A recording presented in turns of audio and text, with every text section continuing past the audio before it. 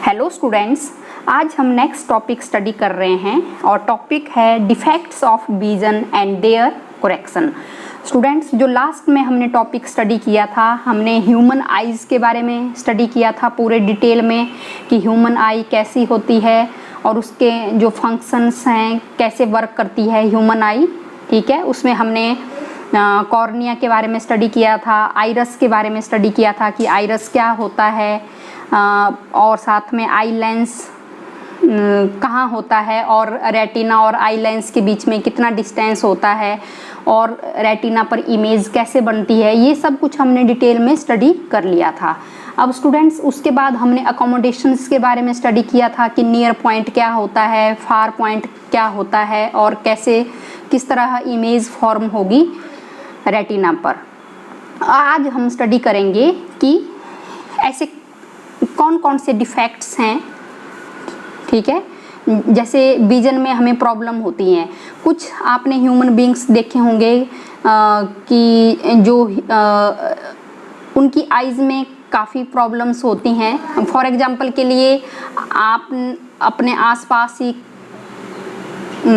Students, हमने अपने आसपास कई एग्जांपल्स देखे हैं विजन से रिलेटेड। हम देखते हैं कि कुछ ऐसे लोग होते हैं जिन्हें दूर देखने में प्रॉब्लम होती है। जैसे कि कोई ऑब्जेक्ट्स हैं जो इनफाइनाइट डिस्टेंस पर लाई कर रहे हैं, वो ऑब्जेक्ट उनको क्लियरली नहीं दिख रहे हैं। मतलब जो नॉर्मल ह्यूमन आई की हेल्प से आप देख सकते हो उस ऑब्जेक्ट्स को, लेकिन कुछ पर्सन ऐसे होंगे जिनकी आइज़ में डिफेक्ट होता है। वो उस नॉर्मल डिस्टेंस पर अगर कोई ऑब्जेक्ट लाई कर रहा है तो वो उसको भी नहीं देख पा रहे हैं। इमेज फॉर्म तो हो रही है लेकिन वो क्लियरली इमेज फॉर्म नहीं हो रही है रेटिना पर। वो कैसी हो रही है, उसको ऑब्जेक्ट दिखेगा लेकिन वो क्लियर नहीं दिखेगा। विजन कैसा होगा, क्लियर नहीं होगा। जो इमेज फॉर्म हो रही है वो कैसी हो रही है, मतलब एक तरह से धुंधला दिखाई पड़ेगा, उसको बिल्कुल क्लियर नहीं दिखेगा। ठीक है, दिखेगा नहीं उसको ऑब्जेक्ट। जो चीज़ एक नॉर्मल जो ह्यूमन आई है वो उस डिस्टेंस पर उस इमेज को बिल्कुल क्लियरली देख रहा है, लेकिन जिस पर्सन की आई में कुछ डिफेक्ट होगा वो उस ऑब्जेक्ट्स को क्लियरली नहीं देख पा रहा है। अब आपने और भी देखा होगा कि कुछ पर्सन ऐसे होते हैं कि अब जो नॉर्मल जो ह्यूमन आई है वो आप क्या देखेंगे कि वो बुक्स रीड कर सकते हैं। उनको बुक्स रीड करने में कोई प्रॉब्लम नहीं हो रही है। वो बुक्स पढ़ लेंगे, न्यूज़पेपर पढ़ लेंगे। ठीक है, मोबाइल फ़ोन में जो भी कुछ इन्फॉर्मेशन उन्होंने सर्च करना है वो कर लेंगे। तो वो ये सारा कुछ मतलब चीज़ें बिल्कुल नॉर्मल तरीके से कर रहे हैं। लेकिन कुछ पर्सन ऐसे हैं जिनको न्यूज़पेपर पढ़ने में भी दिक्कत आ रहा है, बुक्स पढ़ने में भी दिक्कत आ रहा है। तो ये क्या इफ़ेक्ट्स हैं, ये इस तरह के जो डिफरेंट टाइप्स के डिफेक्ट्स हम देख रहे हैं विजन में, तो इनको हम कैसे करेक्ट करेंगे उसी के बारे में हम डिटेल में स्टडी करेंगे आज के टॉपिक में। तो हमें पता है कि जैसे जैसे एज बढ़ती जाती है या तो कुछ अदर बायोलॉजिकली चेंज भी होते हैं ह्यूमन बॉडी में। ठीक है, कुछ बायोलॉजिकल चेंज होंगे ह्यूमन बॉडी में। उस केस में जो सिलरी जो मसल्स होती हैं वो इनएक्टिव हो जाती हैं, क्योंकि सिलरी जो मसल्स हैं उसके साथ हमारा जो आई लेंस होगा वो अटैच होगा। सिलरी मसल अगर अच्छे से प्रॉपरली क्या करेगी, फंक्शन करेगी, प्रॉपरली टेंस होगी। ठीक है, अगर प्रॉपरली वो रिलैक्स हो रही हैं, प्रॉपरली टेंस हो रही है, तभी वो इमेज को क्या कर रही हैं, प्रॉपरली रेटिना पर फॉर्म हो रही है इमेज। क्योंकि एक फंक्शन क्या है सिलरी मसल्स का है, या तो ये वीक हो गई हैं या तो ये इनएक्टिव हो गई हैं प्रॉपरली, ये ना तो ये टेंस हो पा रही हैं और ना ही ये रिलैक्स्ड हो पा रही हैं। तो उसकी वजह से भी हो सकता है जब सिलरी जो मसल्स हैं ना तो ये एक्सपेंड हो रही है और ना ही ये कॉन्ट्रैक्ट हो रही हैं अकॉर्डिंग टू द नीड। जो भी ज़रूरत है उसके अकॉर्डिंग वो ना एक्सपेंड हो पा रही हैं और ना ही कॉन्ट्रैक्ट हो पा रही हैं। और उस केस में जो ह्यूमन आई होती है वो क्लियर विजन नहीं बना पाती है ऑब्जेक्ट का। या तो वो ऑब्जेक्ट हमारे नियर पॉइंट में भी हो सकता है या तो वो दूर भी हो सकता है। अब दूर के पॉइंट के लिए हम जो डिस्टेंस हम लेंगे वो इनफाइनाइट डिस्टेंस लेंगे, क्योंकि एक जो नॉर्मल जो आई है उस डिस्टेंस पर ऑब्जेक्ट्स को क्लियरली देख पा रही है। लेकिन जिस पर्सन कि जो सिलरी जो मसल्स हैं वो ना इजी वे में वो एक्सपेंड भी नहीं हो पा रही हैं और ना ही कॉन्ट्रैक्ट भी नहीं हो पा रही हैं। तो उस केस में क्या होगा, क्लियर विजन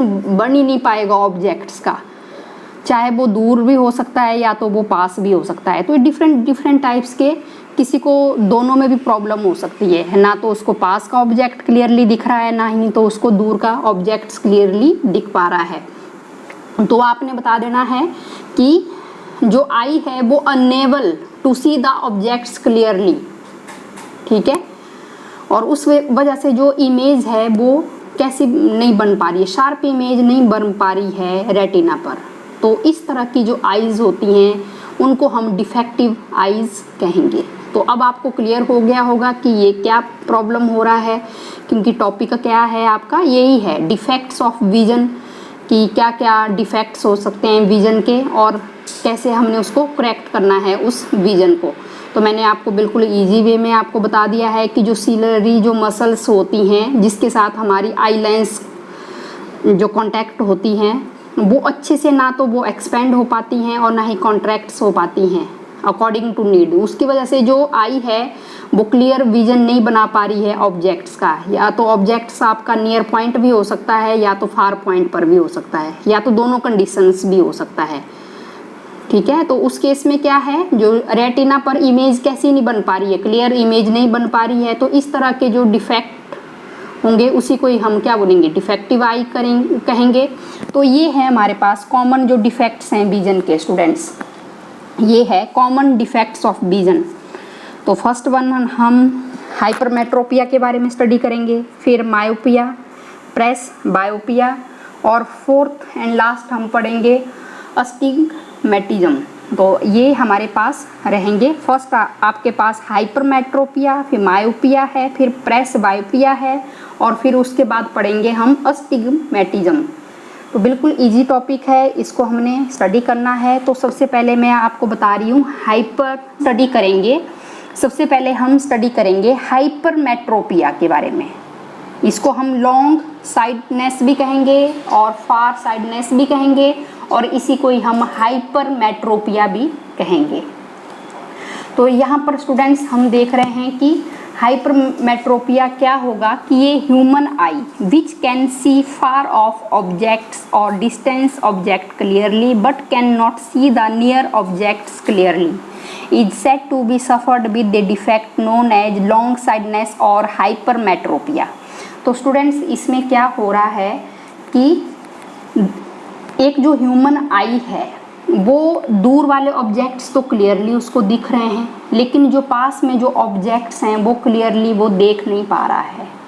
समझ में आ रहा है? जैसे कोई ऑब्जेक्ट्स है वो क्या है, फार पॉइंट पर है, उसको हम इन्फिनाइट डिस्टेंस भी कहते हैं, क्योंकि जो नॉर्मल आई है उस ऑब्जेक्ट्स को क्लियरली देख रही है, उसको बिल्कुल उसके जो इमेज वो जो फॉर्म हो रही है रेटिना पर वो बिल्कुल क्लियर विजन उसको दिखाई पड़ रहा है कि ये ऐसा ऑब्जेक्ट है, ठीक है। जो एक नॉर्मल जो डिस्टेंस रहता है इन्फिनाइट डिस्टेंस, जिसको हम ह्यूमन जो नॉर्मल जो ह्यूमन आई है उसको क्लियरली देख पा रहा है। लेकिन हाइपरमेट्रोपिया जो डिफेक्ट होगा, जिसकी आइज़ में डिफेक्ट होगा, तो उस आइज़ में क्या होगा, जो दूर वाला ऑब्जेक्ट है वो तो क्लियरली वो देख पा रहा है, लेकिन जो ऑब्जेक्ट नियर ऑब्जेक्ट हैं, नियर ऑब्जेक्ट जो नियर पॉइंट होगा नॉर्मल आई के लिए वो नहीं देख पा रहे हैं, ठीक है। दूर के ऑब्जेक्ट्स क्लियरली दिख रहे हैं पर पास के ऑब्जेक्ट क्लियरली नहीं दिख पा रहे हैं, ठीक है। उसी को ही हम इस तरह के डिफेक्ट्स को ही हम हाइपरमेट्रोपिया कहेंगे, ठीक है। तो इसमें क्या होगा, जैसे बुक्स रीडिंग में भी प्रॉब्लम होगी, आप कुछ पढ़ नहीं पा रहे हो, ठीक है। बुक्स रीडिंग, न्यूज़पेपर रीडिंग आप नहीं पढ़ पा रहे हो, क्योंकि जो ऑब्जेक्ट है मतलब जो नियर है, हमारी बॉडी के नियर है, हम उन ऑब्जेक्ट्स को भी क्लियरली नहीं देख पा रहे हैं। तो ये केस किसका होगा, हाइपरमेट्रोपिया का। विच can see far off objects clearly, दूर के ऑब्जेक्ट्स तो क्लियरली दिख रहे हैं, ठीक है, लेकिन जो पास के ऑब्जेक्ट्स हैं वो क्लियरली नहीं दिख पा रहे हैं। इस तरह के डिफेक्ट्स को हम क्या बोलेंगे, हाइपरमेट्रोपिया। तो ये जो हाइपरमेट्रोपिया है ये क्यों हो रहा है, क्या है इसका ठीक है, मतलब पढ़ने और लिखने में भी प्रॉब्लम होती है, दिक्कत होती है। जो पर्सन इस हाइप्रोमेट्रोपिया डिफेक्ट से सफ़र कर रहे होंगे तो वो उनको पढ़ने और लिखने में भी क्या होगी, दिक्कत होगी। एक फर्स्ट केस तो ऐसा है कि इसमें हो सकता है कि ए रीजन भी हो सकता है कि जो कन्वर्जिंग जो पावर होती है लेंस की वो क्या हो जाती है, लो कन्वर्जिंग पावर की वजह से ये प्रॉब्लम हो सकती है। या तो जो आई वॉल है वो बहुत छोटी हो जाती है, due to the eye wall being too short, due to the low converging power of the eye lens. एक तो कन्वर्जिंग पावर लो हो जाएगी, उस वजह से ये प्रॉब्लम होगी। या तो फिर हम ये बता सकते हैं कि जो आई वॉल है वो क्या हो रही है, शॉर्ट हो रही है। तो स्टूडेंट्स इसमें क्या होगा मैं आपको ये बता रही हूँ, मैं डायग्राम यहाँ पर बना रही हूँ। ये डायग्राम हम बना रहे हैं,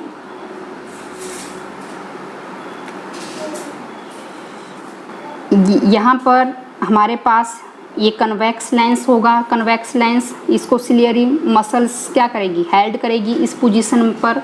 तो जो नियर पॉइंट होगा नॉर्मल आई के लिए वो हमें पता है कि उसका जो डिस्टेंस रहता है वो 25 सेंटीमीटर रहता है आई लेंस से। जो नियर पॉइंट जो डिस्टेंस रहेगा, फॉर एग्जांपल के लिए ये है वो near point object, near point of normal eye, normal eye. लेकिन जो हाइपरमेट्रोपिया जो डिफेक्ट होगा किसी ह्यूमन आई में, तो उस केस में क्या होगा स्टूडेंट्स, ये है, ये यहाँ पर आई लेंस के ऊपर लाइट फॉल कर रही है ऑब्जेक्ट से। तो उस केस में क्या हो रहा है स्टूडेंट्स कि ये जो इमेज होगी ये बिहाइंड द रेटिना फॉर्म हो रही है। ये देखो यहाँ पर इमेज यहाँ पर शिफ्ट हो रही है। या इसमें मैंने बता दिया क्या हो सकता है कि जो कन्वर्जिंग पावर है लेंस की वो क्या हो जाएगी, लो हो जाएगी। जब लो हो जाएगी तो आपको पता है कि फोकल लेंथ क्या हो रही है, बढ़ रही है। जब फोकल लेंथ इंक्रीज होगी, जब फोकल लेंथ इंक्रीज होगी तो जो इमेज है वो बिहाइंड द रेटिना बन रही है, यहाँ पर इमेज बन रही है। या तो ये भी केस हो सकता है क्योंकि आई लेंस से लेकर जो रेटिना का जो डिस्टेंस है वो कम हो गया है। जो एक एक्यूरेट जो डिस्टेंस होता है ह्यूमन की आई लेंस और रेटिना के बीच में, ये जो आई बॉल है ये स्मॉल हो गई है, जिसकी वजह से जब ये डिस्टेंस कम हो गया है लेंस और रेटिना के बीच में, तो उस केस में भी जो इमेज है वो कहाँ पर फॉर्म हो रही है, behind the retina, behind the retina. तो यहाँ पर मैं आपको ये बता रही हूँ कि होगा क्या यहाँ पर स्टूडेंट्स कि जो सिलेरी जो मसल्स है आई लेंस के साथ जो अटैच्ड होती हैं वो वीक हो जाती है। कौन सी, सिलेरी मसल्स जो आई लेंस के साथ अटैच्ड होती हैं वो वीक हो जाएंगी, और उसकी वजह से जो आई लेंस की जो कन्वर्जिंग पावर होगी वो क्या हो जाएगी, यहाँ पर कम हो जाएगी। जब कन्वर्जिंग पावर कम हो जाएगी तो फोकल लेंथ यहाँ पर बढ़ गई। जब फोकल लेंथ यहाँ पर इंक्रीज हो गई तो यहाँ पर आप देख रहे हैं कि फोकल लेंथ बढ़ने के बाद जो इमेज है वो बिहाइंड द रेटिना, क्योंकि फोकल लेंथ क्या हो गई, इंक्रीज हो गई। सिलेरी मसल्स क्या हो गई हैं, वीक हो गई हैं, और वीक होने की वजह से जो आई लेंस है उसका जो कन्वर्जिंग पावर है वो कम हो गई है। और कन्वर्जिंग पावर जब कम हो जाती है तो फोकल लेंथ बढ़ जाती है। जब फोकल लेंथ यहाँ पर बढ़ गई है तो जो इमेज है वो बिहाइंड द रेटिना बन रही है, ठीक है। और या तो एक वजह ये भी हो सकती है कि ये जो आई वॉल है ये छोटी हो रही है, ठीक है, छोटी हो रही है, जिसकी वजह से जो रेटिना का जो डिस्टेंस है आई लेंस से वो कम हो जाता है, और फोकल लेंथ जब बढ़ जाती है तो वो इमेज शिफ्ट हो जाती है रेटिना के पीछे। तो ये हमें पता लग रहा है। तो इस केस में क्या होगा, जब सिलेरी जो मसल्स हैं वो हमारी वीक हो रही हैं, वीक होने की वजह से कन्वर्जिंग पावर कम हो रही है, फोकल लेंथ बढ़ रही है, फोकल लेंथ बढ़ने के बाद जो इमेज है वो सीधा बिहाइंड द रेटिना शिफ्ट हो रही है। या तो एक और केस ये भी हो सकता है कि ये जो आई वॉल है ये छोटी हो रही है और आई लेंस और रेटिना के बीच का जो डिस्टेंस है वो कम हो रहा है, और जब डिस्टेंस कम हो रहा है तब भी वो जो इमेज है वो बिहाइंड द रेटिना। जब रेटिना के पीछे इमेज बनेगी स्टूडेंट्स तो अब आपको पता ही है कि लाइट तो सही, जो ऑब्जेक्ट से जो लाइट आ रही है वो सही ढंग से नहीं हमारे रेटिना के ऊपर फॉल नहीं हो रही है, नहीं हो पा रही है, क्योंकि ऑब्जेक्ट से जो लाइट आ रही थी वो सही ढंग से रेटिना के पास नहीं पहुंच पा रही है। अब रेटिना में बहुत ज़्यादा फोटो सेंसिटिव सेल्स हैं, लाइट सेंसिटिव सेल्स हैं रेटिना में, वो एक्टिवेट ही नहीं हो पा रहे हैं, क्योंकि जब लाइट ही नहीं पहुंच पा रही है रेटिना पर प्रॉपरली तो वो सेल्स कैसे एक्टिवेट होंगे। जो कोन सेल्स और रॉड सेल्स, जो मैंने आपको पहले भी बताया है जब हमने ह्यूमन आई के स्ट्रक्चर्स के बारे में स्टडी किया था, तो वो एक्टिवेट ही नहीं हो पा रहे हैं। जब वो एक्टिवेट ही नहीं हो पाएंगे तो ब्रेन तक सिग्नल नहीं पहुंच पाएगा with the help of optic nerve, सही में सिग्नल नहीं पहुंचेगा तो इमेज भी कैसी बनेगी, नहीं बनेगी ठीक। आपको जो ऑब्जेक्ट्स होंगे वो क्लियरली आपको दिखेंगे ही नहीं, उनकी इमेज सही ढंग से दिखेगी ही नहीं, धुंधले दिखाई पड़ेंगे ऑब्जेक्ट्स, क्योंकि ऑब्जेक्ट से तो प्रॉपरली लाइट हमारे रेटिना तक रिसीव ही नहीं हो रही है। जब रिसीव नहीं हो रही है रेटिना पर तो वो जो सेल्स हैं वो इनएक्टिव ही रह रहे हैं, एक्टिव ही नहीं हो पा रहे हैं, तो जो सिग्नल है वो ब्रेन तक पहुंच नहीं पा रहा है। तो ब्रेन तक जब सिग्नल नहीं पहुंचेगा तो इमेज भी कैसी फॉर्म होगी सही, जो प्रॉपर। तो ये मैंने बताया, ये नॉर्मल पॉइंट रहेगा 25 सेंटीमीटर नॉर्मल आई के लिए, ठीक है। लेकिन जो हाइपरमेट्रोपिया डिफेक्ट्स होगा जिस आई में, उस केस में नॉर्मल जो डिस्टेंस है उस केस में जो इमेज है वो कहाँ शिफ्ट हो जा रही है, बिहाइंड द रेटिना। अब ये तो नॉर्मल आई के लिए मैंने आपको बता दिया कि ये डिस्टेंस रहेगा। अब जो डिफेक्टिव जो आई होगी, near point of the defective eye, तो नियर पॉइंट यहाँ पर मैं आपको ये बता रही हूँ दोबारा से डायग्राम, आई वॉल हम बना रहे हैं, ये है, ये जो आई वॉल है स्मॉल हो गई है, और यहाँ पर ये कन्वेक्स लेंस है, और इसके लिए जो ऑब्जेक्ट होगा, जो नियर पॉइंट जो ऑब्जेक्ट होगा वो दूर शिफ्ट हो जाता है, ये है, ये इसको मैं ओ डैश बता रही हूँ, ये है near point of defective eye. तो देखो इतना दूर ये शिफ्ट हो गया है, जो नज़दीक वाला जो पॉइंट था, जो नियर पॉइंट है वो दूर शिफ्ट हो गया है। यहाँ पर मैं ओ डैश, तो ये कन्वेक्स लेंस है, नियर पॉइंट जब दूर शिफ्ट हो जाएगा, डिफेक्टिव आई की मैं बात कर रही हूँ, जब नियर पॉइंट जब दूर शिफ्ट हो जाएगा तो उस केस में इमेज बन तो रही है रेटिना पर कैसी इमेज बनेगी, बिल्कुल धुंधली सी इमेज बनेगी, क्लियरली विजन नहीं होगा। यहाँ पर इमेज फॉर्म हो रही है रेटिना पर कैसी हो रही है, नॉट क्लियर विजन, धुंधली इमेज बनेगी, क्योंकि जो नियर पॉइंट है वो आगे शिफ्ट हो रहा है, दूर शिफ्ट हो रहा है। किससे? ये आई लेंस है, आई लेंस से दूर शिफ्ट हो रहा है, आई लेंस से दूर शिफ्ट हो गया है। यहाँ पर जो नियर पॉइंट है, यहाँ ये 25 सेंटीमीटर पर लाई कर रहा था, लेकिन अब ये आगे शिफ्ट हो गया है, तो जिसकी वजह से जो यहाँ पर रेटिना पर जो इमेज बनेगी वो क्लियर नहीं बन पाएगी। और एक वजह ये भी हो सकती है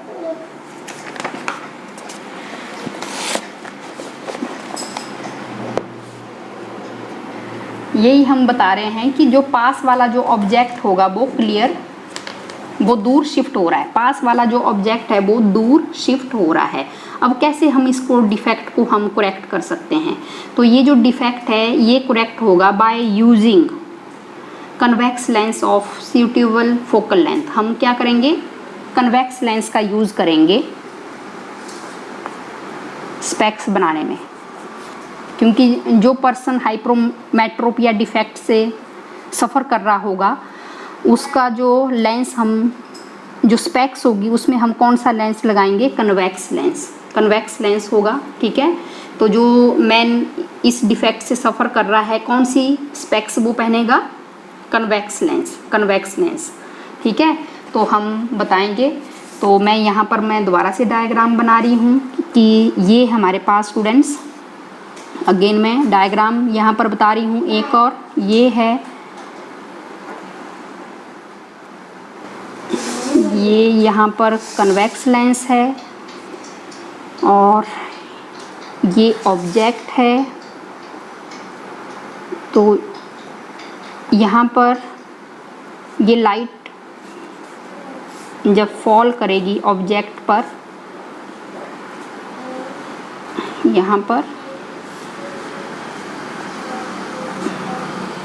तो यहाँ पर जो रे ऑफ लाइट है ये कन्वर्ज हो गया है, और कन्वर्ज होने के बाद जो इमेज होगी वो कहाँ पर बनेगी स्टूडेंट्स? रेटिना पर बनेगी। इसको डायग्राम को आपने अच्छे से बनाना है, प्रॉपरली आपने डायग्राम बनाना है।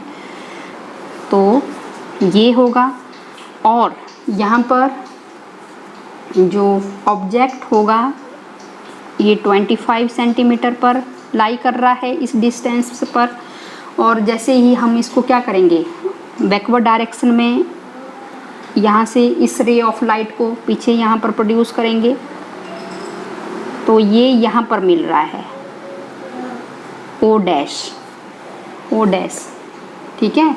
जो पास वाला जो ऑब्जेक्ट है वो दूर शिफ्ट हो रहा है, पास वाला ऑब्जेक्ट है वो कहाँ शिफ्ट हो रहा है? दूर शिफ्ट हो रहा है। और कैसा ऑब्जेक्ट है ये यहाँ पर? ठीक है, वर्चुअल ऑब्जेक्ट है, ओ डैश वर्चुअल ऑब्जेक्ट है।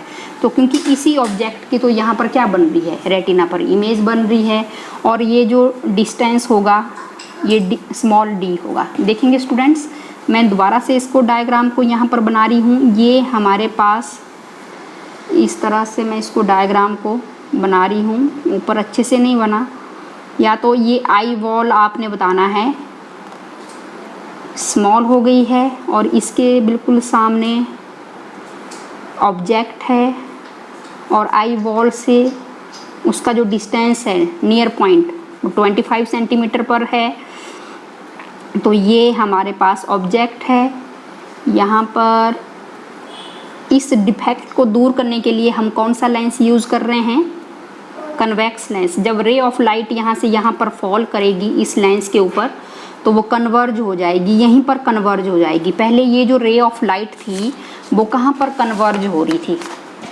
इस पॉइंट पर, यहाँ पर कन्वर्ज हो रही थी, तो जिसकी वजह से वो सीधी बाहर जा रही थी, क्योंकि फोकल लेंथ क्या हो गया? बढ़ गया है। फोकल लेंथ जब इंक्रीज हो गई तो जो रेटिना, जो आई वॉल है वो छोटा हो गया है। आई लेंस से लेकर रेटिना का डिस्टेंस जब कम हो गया है, तो जो इमेज है वो कहाँ पर फॉर्म हो रही है? Behind the retina. तो ये मैंने आपको बता दिया है। तो इस केस में अब क्या हो रहा है स्टूडेंट्स कि रे ऑफ लाइट यहीं पर कन्वर्ज हो जा रही है। जब हमने कन्वेक्स लेंस हम यूज़ कर रहे हैं, तो यहाँ से कन्वर्ज होकर यहाँ पर फॉल करेगी। आई लेंस वाले, आई लेंस में जो कन्वेक्स लेंस लगा है ये पहले ही कन्वर्ज हो गई है। जब कन्वर्जिंग पावर इसकी बढ़ जाएगी तो जो इमेज होगी वो कहाँ पर बनेगी? अब रेटिना पर बनेगी, और क्लियर विजन होगा, बिल्कुल सही प्रॉपर इमेज हमें दिखाई पड़ेगी ऑब्जेक्ट्स की। क्योंकि जो ऑब्जेक्ट है उस केस में हो क्या रहा है, जैसे ही मैंने इसको बैकवर्ड डायरेक्शन में ले गई, जो पास वाला जो ऑब्जेक्ट है वो दूर शिफ्ट हो रहा है। कैसा ऑब्जेक्ट है ये? Virtual object. पास वाला जो ऑब्जेक्ट है वो कहाँ शिफ्ट हो रहा है? दूर शिफ्ट हो रहा है। देख रहे हैं ना आप, यहाँ था ऑब्जेक्ट, यहाँ शिफ्ट हो रहा है। अब जो इमेज बन रही है वो यहाँ पर रेटिना पर फॉर्म हो रही है, लेकिन बिल्कुल क्लियर हो रही है। तो यहाँ पर हम फोकल लेंथ भी हम कैलकुलेट कर सकते हैं। तो लेंस के लिए हमें पता है स्टूडेंट्स क्या होता है, 1/f = -1/u + 1/v, ये है। अब स्टूडेंट्स आपको पता है कि जो ऑब्जेक्ट है उसका डिस्टेंस कितने पर है? नियर पॉइंट की हम बात करते हैं 25 सेंटीमीटर आएगा, माइनस आएगा क्योंकि लेफ़्ट साइड हम लेते हैं, object is always placed on the left side, तो -25 सेंटीमीटर लेंगे। और इमेज के लिए v = -d हम क्यों ले रहे हैं? क्योंकि जो नियर पॉइंट, जो नज़दीक वाला जो पॉइंट है वो दूर शिफ्ट हो गया है, आई लेंस से दूर शिफ्ट हो गया है, लेकिन उसका जो डिस्टेंस है वो क्या है लिया है हमने? d लिया है। तो यहाँ पर 1/f = 1/25 आ जाएगा, माइनस माइनस प्लस हो जाएगा और -1/d। तो पावर हमें पता ही है, रेसिप्रोकल ऑफ फोकल लेंथ अगर सेंटीमीटर में लेंगे तो 100/f इन सेंटीमीटर। तो यहाँ तक हमें ये क्लियर हो गया है। बिल्कुल इजी टॉपिक है कि हाइपरोमेट्रोपिया डिफेक्ट में हमने क्या स्टडी करना है कि जो दूर के ऑब्जेक्ट्स हैं वो तो क्लियरली दिख रहे हैं, लेकिन जो पास वाले जो ऑब्जेक्ट हैं वो क्लियरली दिख नहीं पा रहे हैं। उसका रीज़न यही है कि जो पास वाला जो ऑब्जेक्ट्स है आई लेंस से वो दूर शिफ्ट हो जाता है। ठीक है, दूर जब वो शिफ्ट हो जाता है तो वो क्लियरली नहीं दिख पाता है, उसकी इमेज नहीं बन पाती है। ठीक है, लाइट रेज प्रॉपरली हमारे रेटिना तक नहीं पहुंच पाते हैं और जो रेटिना है उसके सेल इनएक्टिव रहते हैं, वो एक्टिव नहीं हो पाते हैं, जो रॉड सेल्स और कोन सेल्स हैं। तो उसकी वजह से जो ब्रेन तक सही सिग्नल नहीं पहुंच पाता है और जो इमेज बन रही होती है वो बिल्कुल धुंधली हमें दिखाई पड़ रही है। और कौन सा लेंस हम यूज़ करेंगे? Convex lens. कन्वेक्स लेंस हम यूज़ करते हैं इस तरह के डिफेक्ट्स को दूर करने के लिए। Okay, thank you.